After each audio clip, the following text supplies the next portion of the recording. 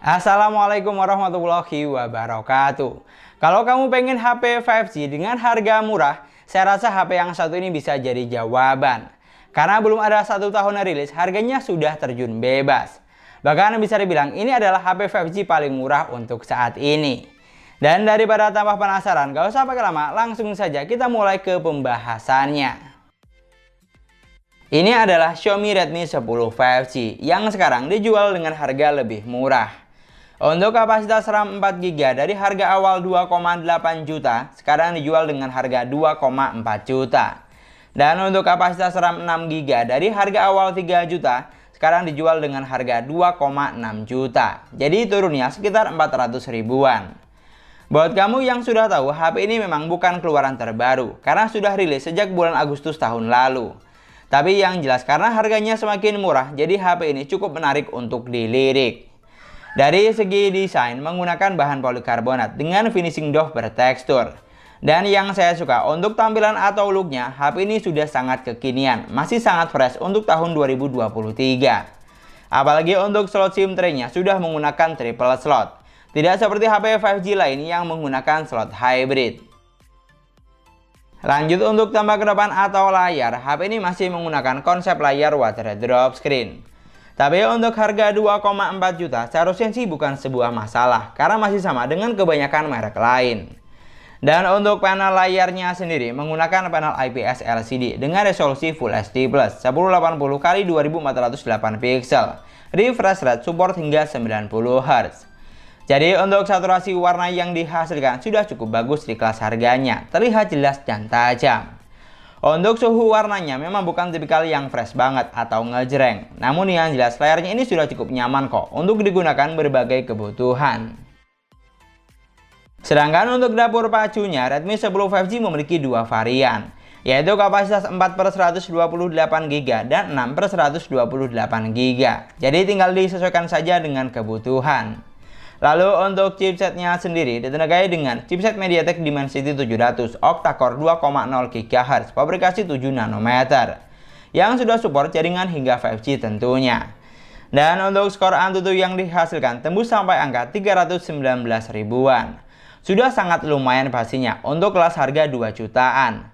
Cukup untuk menggambarkan kalau HP ini punya spesifikasi yang tidak kentang. Lalu untuk urusan sensor, di sini ada yang harus kamu perhatikan. Karena buat kamu yang butuh sensor NFC di HP ini tidak ada. Dan untuk sensor giroskopnya juga masih menggunakan virtual gyro. Lanjut kalau untuk performanya, HP ini tuh sudah dibekali dengan dapur pacu yang cukup mumpuni. Dan dari apa yang saya rasakan, memang sudah lancar untuk digunakan berbagai kebutuhan. Pokoknya kalau hanya untuk penggunaan kasual atau santai, lebih dari cukup. Bahkan diajak untuk main game juga oke banget di kelas harganya. Digunakan buat main game Mobile Legends, HP ini sudah mampu menjalankan game dengan lancar di setting grafik hingga ultra dan frame rate high. Di sini yang saya rasakan untuk gameplaynya sudah cukup reliable, baik 1 lawan 1 atau lagi tempur rame-rame. Frame drop atau delay terkadang tentu masih ada, tapi masih dalam kategori wajar. Yang penting didukung dengan jaringan bagus dan stabil. Sedangkan kalau digunakan buat main PUBG Mobile, setting grafik yang dihasilkan juga tidak kalah tinggi. Ada di Smooth Ultra dan bisa mentok sampai SD High. Di sini untuk gameplaynya, HP ini sudah mampu menjalankan game dengan baik dan lancar karena didukung dengan chipset yang ngebut. Untuk suhu dari HP-nya sendiri juga terpantau aman, hanya di tingkatan hangat saja. Tapi yang harus kamu garis bawahi, untuk sensor giroskopnya di sini terasa delay atau kurang responsif karena masih menggunakan virtual gyro. Jadi buat yang butuh giroskop lancar, kamu perlu perhatikan poin ini. Tapi kalau tidak perlu, berarti abaikan saja masalah software atau hardware. Karena yang jelas kalau untuk urusan performa, HP ini sudah cukup bisa diandalkan di kelas harganya. Oh iya, supaya makin jelas, kamu juga bisa banget cek video gaming kita lebih lengkapnya yang ada di channel tetangga. Geser ke bagian baterai, HP ini dibekali dengan baterai sebesar 5000 mAh dengan kecepatan isi daya fast charging 18 watt. Tapi untuk adapter yang kita dapat dari dalam box lebih besar, sudah 22,5 watt. Namun walau demikian, untuk kecepatan isi dayanya tidak bisa dibilang ngebut.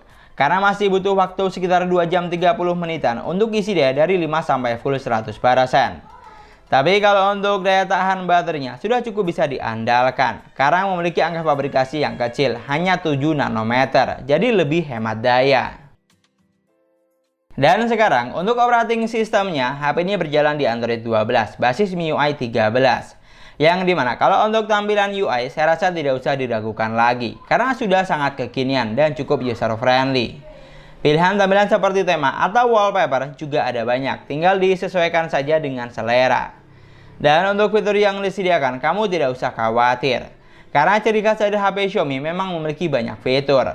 Jadi fitur penting seperti ketuk 2 kali untuk on off, belah layar jadi 2, screenshot 3 jari, rekam layar, screen mirroring, dan mode game sudah tentu ada. Untuk masalah bug atau drama, jujur selama pengujian menurut saya sih aman-aman saja. Tidak ada kendala yang berarti.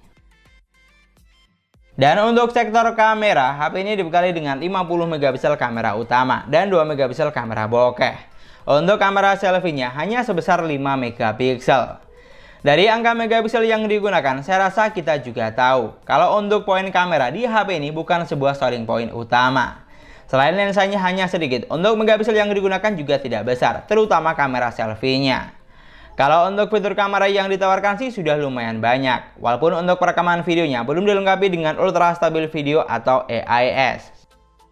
Dan ngomongin masalah kamera, kalau untuk hasil jepretan fotonya, HP ini sudah mampu menghasilkan foto yang bagus. Apalagi jika kita ambil fotonya di kondisi cahaya yang cukup, maka gambarnya akan terlihat detail dan tajam. Tapi kalau untuk saturasi warnanya, seperti HP Xiaomi kebanyakan, HP ini tidak menawarkan hasil foto dengan saturasi warna yang ngejreng. Tapi lebih ke gambar yang natural, tidak banyak polesan AI, dengan ciri khas warna sedikit kuning. Lalu untuk foto selfie-nya, karena hanya dibekali dengan kamera 5 megapiksel, jadi kualitas foto yang dihasilkan terlihat standar saja. Mulai dari detail sampai saturasi warnanya. Bahkan bisa dibilang kurang cocok buat kamu yang hobi selfie. Jadi tipsnya jangan jepret foto di kondisi minim cahaya kalau tidak mau hasil fotonya banyak noise. Dan masih soal kamera, ini adalah contoh dari perekaman videonya untuk kamera belakang maupun depan. Di sini untuk resolusi videonya hanya bisa mentok di resolusi 1080 pixel 30 frame per second. Dari video yang dihasilkan, kalau buat saya pribadi, kualitas videonya tergolong standar saja untuk kelas harga 2 jutaan, tidak ada yang spesial. Seperti yang sudah saya sebut, HP ini memang tidak begitu mengutamakan kamera yang bagus banget, tapi lebih ke spesifikasi yang gahar dan performa lancar di kelas harganya. Dari semua yang ditawarkan, dulu pas awal rilis, HP ini tuh biasa saja. Tapi setelah cashback atau turun harga, jadi cukup menarik untuk dilirik. Dari segi desain, tampilannya masih sangat kekinian. Dari segi spesifikasi, kapasitas memori besar, chipset ngebut performa lancar, dan sudah support jaringan 5G. Sama satu lagi, harganya semakin terjangkau. Mungkin yang perlu diperhatikan hanya satu hal, yaitu kamera selfie-nya kurang memuaskan. Jadi bisa dibilang HP ini kurang cocok buat kamu yang hobi selfie, dan cocoknya buat kamu yang lebih mengutamakan spesifikasi gahar plus performa lancar. Tapi yang paling penting sebelum beli, pastikan sudah disesuaikan terlebih dahulu dengan kebutuhan kamu buat apa. Dan kalau misalnya di antara kalian ada yang menggunakan HP ini, kamu juga bisa banget sharing pengalaman selama penggunaan di kolom komentar. Kira-kira cukup memuaskan atau tidak? Dan mungkin sekian dulu pembahasan kita kali ini. Terima kasih banyak buat yang sudah nonton videonya sampai akhir. Semoga videonya gampang dan mudah dipahami. Dan yang paling penting, semoga videonya bermanfaat. Jangan lupa like dan komen videonya. Jangan lupa juga subscribe channel sesuai harga. Kita ketemu lagi di video selanjutnya. Assalamualaikum warahmatullahi wabarakatuh.